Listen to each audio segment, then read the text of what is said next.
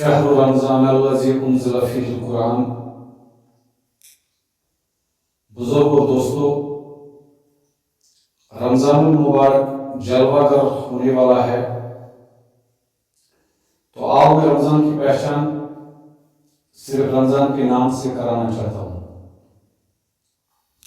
ذرا غور کریں کہ اللہ تعالیٰ نے رمضان کے نام میں ہی کتنے خوبصورت اشارے کیے ہیں۔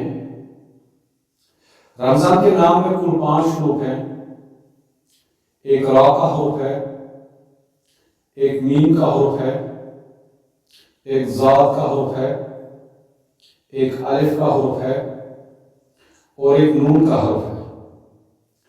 پیرانی پیر شیخ سید عبدالقادر جیلانی رحمۃ اللہ علیہ نے بڑے خوبصورت انداز میں لکھا ہے، فرماتے ہیں کہ دیکھنے میں تو یہ 5 حروف ہیں،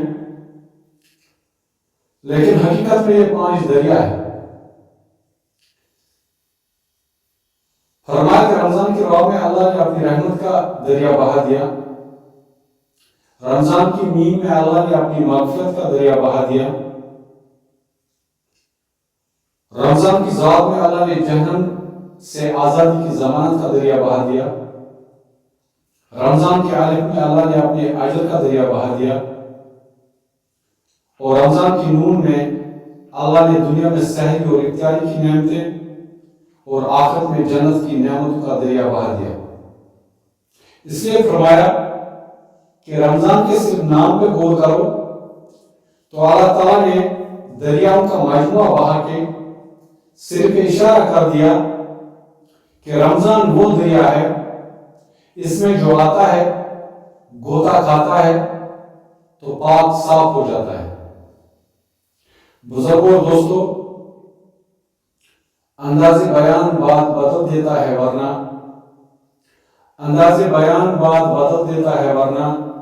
دنیا میں کوئی بات نئی بات نہیں ہے۔ باتیں سب پرانی ہیں، لیکن جدید دور ہے نا، تو اس جدید دور میں بات میں جدت پیدا کرنے کے لیے میں یہ اپنے الفاظ استعمال کر رہا ہوں تاکہ بات آپ لوگوں کی سمجھ میں آ جائے۔ اس رمضان پہ پھر ایک جملہ کہنا چاہتا ہوں، رمضان کے معنی پہ غور کریں۔ اس رمضان کے مختلف معنی ہیں۔ آپ جانتے ہیں عربی اتنی فصیح اور بلیغ زبان ہے کہ ایک لفظ کے کئی معنی ہوتے ہیں، تو ایک دو آپ کی نظر کرتا ہوں۔ رمضان رمز سے مشتق ہے۔ ایک معنی اس کا ہوتا ہے موسم خریف کی بارش، اور بارش جب برستی ہے تو بارش کا کام کیا ہوتا ہے؟ بارش جب برستی ہے تو اس کے نیچے جو بھی آتا ہے وہ دو کے صاف اور پاک ہو جاتا ہے۔ بارش یہ نہیں دیکھتی میرے نیچے پتھر ہے یا ہیرا ہے، میرے نیچے گدھا ہے یا گھوڑا ہے، میرے نیچے انسان یا حیوان ہے۔ بارش کا کام یہ ہے کہ اس کے نیچے جو بھی آتا ہے وہ اسے دو کے صاف اور شفاف کر دیتی ہے۔ اللہ فرماتے ہیں کہ ہم نے بھی اس مہینے کا نام رمضان اس لیے رکھا ہے کہ اس میں جب ہم اپنی رحمت کی موسلادھار بارش برساتے ہیں اور جو اس بارش کے نیچے آتا ہے وہ دو کے صاف شفاف اور پاک ہو جاتا ہے۔